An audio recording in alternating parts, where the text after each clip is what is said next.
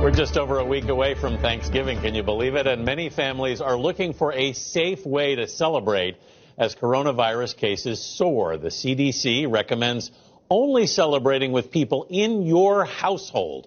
But if you are joining others, the CDC says you should wear a mask when you're not eating, stay 6 feet apart, and if you're inside, keep the windows open. Psychologist and CBS News contributor Lisa D'Amour joins us with how to handle difficult decisions and conversations around the holidays. Lisa, good morning. Thanks for being with us. What is your advice to people about... Good to see you. Yeah, great to see you too. I wish you could be here. Many people are still deciding how to deal with the holiday as close as it is. What's your advice? You know, this is such a tough one, and it's hard because there's really no good decision. You know, either people have to deal with disappointing themselves or their families, or they have to assume some really frightening risks. So the first thing I think to do is to recognize that there's no perfect way to go about this, and then to make the choice that actually one can really live with. And the challenge we're up against right now is that we have been in this pandemic so long, and it feels tedious and familiar. And yet we have to reconcile that with the fact that it is as dangerous as it has ever been. And I think we really need to let those record rates drive decision making. All right. Once you make a decision about what you're going to do, you have to have the conversation with the family. What's the best way to do that? You know, I think different families handle this in different ways. You know, some families do well by getting this information in doses, right? So it might be worth calling and saying, I'm having questions about coming, and then following up later and saying, I've decided I can't come.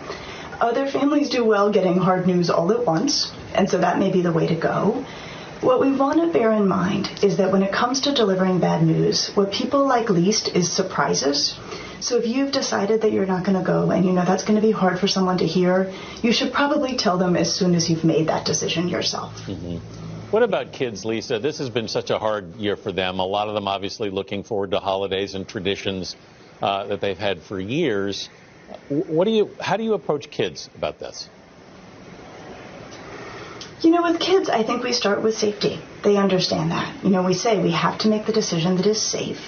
And then we are clear and calm and direct about telling them what's happening.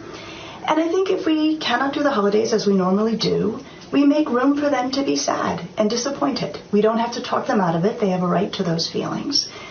After that, I think we can work with them about getting creative. And kids are great at this. So we could say maybe, look, we're not going to do our regular Thanksgiving, but maybe we do, you know, a movie marathon and 4 kinds of popcorn. If they're still struggling, and they might be, what we can say is that there are times when we make personal sacrifices on behalf of a greater good. And that's what we're doing here. And we can actually help them feel proud about their part in that. Yeah, that they're playing a role. You know, Joe Biden has mentioned this about the empty chair at the table. It's always tough that first holiday after you've lost someone. What's your advice to families that are going through that? That's a lot of families this year. That is a lot of families. There's a lot of people in that boat. So the first thing I would say is we should be mindful of who those people are in our communities. We should be reaching out to them. If there's a safe way to connect in person, consider that. Otherwise, just reach out digitally.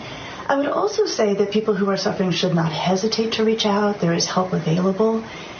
But the piece that we want to remember, and the story about that chair really gets at that, is that holidays are about times of reflection and gratitude and thinking about and connecting with the people we love. And just because we can't do that in the regular way doesn't mean that we can't do it this year. Lisa, I want to pick up on connecting with people you love, because if those people come over and your household tries to follow the CDC guidelines, windows open, 6 feet apart, you wear a mask when you're not eating, there are going to be families split over the wisdom of those recommendations, maybe arguing about it. If you're the host, how do you get in the middle, say, your daughter arguing with your uncle over whether to wear a mask? You know, I think we say, look, I love you both. We all want to get together and enjoy each other and have a good time. And in order for that to be possible, people have to be comfortable.